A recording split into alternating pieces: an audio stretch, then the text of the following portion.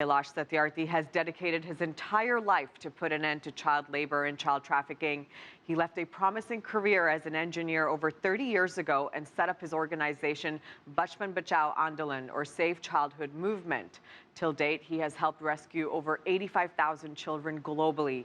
He's also the head of the Global March Against Childhood Labor, which represents 2,000 social groups in 140 countries around the world. Now, I sat down for an interview with Satyarthi, and I started out by asking him why he decided to take on the issue of child labor and child trafficking. I think when we wanted to have a sustainable change in the society, and that will impact the whole ecosystem, the whole life of individual and society and nation and the world, then we should begin with the last person of society instead of beginning from the top. And I realized that the last person of a society is a child, and particularly a girl who was born in the lowest social and economic strata of society. A child who has been sold or bought in lesser prices than animals. A child who has lost all the freedom and dignity of being a human being. And for me, there's always one and only one mission of life, that every single child should be free to be a child. These children that are exploited and abused and trafficked, you've said in the past that they're so neglected because they're not on the political radar. Why is it that children don't seem to feature or come forward in any politician's mind? Sometimes I feel that these children are not going to influence the political balance or the vote patterns. They are not the voters.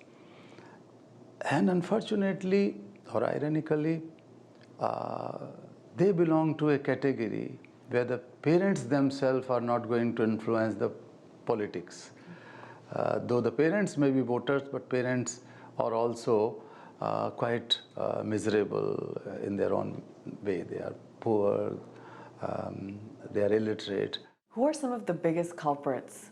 I know in the past you've said industries such as garments or those carpet manufacturers, but beyond the garment and the carpet manufacturing industries, who would you say are some of the biggest culprits of child labor? The largest number of child laborers in the world, as well as in India, exist in agriculture sector, and that remain unnoticed because geographically it's distant, but socially also it is distant.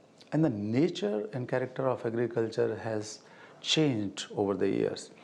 Earlier, agriculture was not so hazardous occupations. Of course, it was not good for children.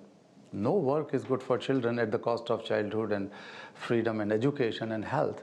But it was not so unhealthy 20, 30 years ago as it is today, because children are using pesticides, insecticides, other chemicals. Children are handling with electricity and heavy machines, and sometimes they are mutilated and crippled, and sometimes die even because they are not taught how to handle electricity and the machines.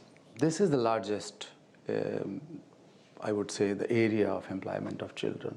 But then all informal sectors, garment or shoes, carpet, glass, and apparel industry. One can find children working in many places, but what we see in fast developing economies like Brazil or India, China, South America, Russia, even some parts of Nigeria and places like that, Turkey, that the children or adults and girls are preferred as domestic help by the middle class. And then we see the growth of trafficking of girls and boys both, but mainly girls. According to non-governmental data, $150 billion are earned illicitly out of this human trafficking or human trade. Can you compare with something like $22 billion are needed to educate all children annually, $22 billion. And $150 billion are earned out of their trade. So these people who are benefiting illegally out of this black business, they are very powerful, they are very well-connected people. Over the years, and you've been doing this for over 30 years, you've been attacked, you've been beaten, you've been hospitalized, your son has been hospitalized. I know your daughter has received death threats, yet you have been relentless in your mission. What kept you going? I can tell you, Shraysi, that someone who experienced freedom, talking of freedom and liberty, or watching the Statue of Liberty is something different. One can feel, oh God, liberty is something, the value, the goddess. But experiencing it, and if you are the actor, not just witness, then it makes much difference.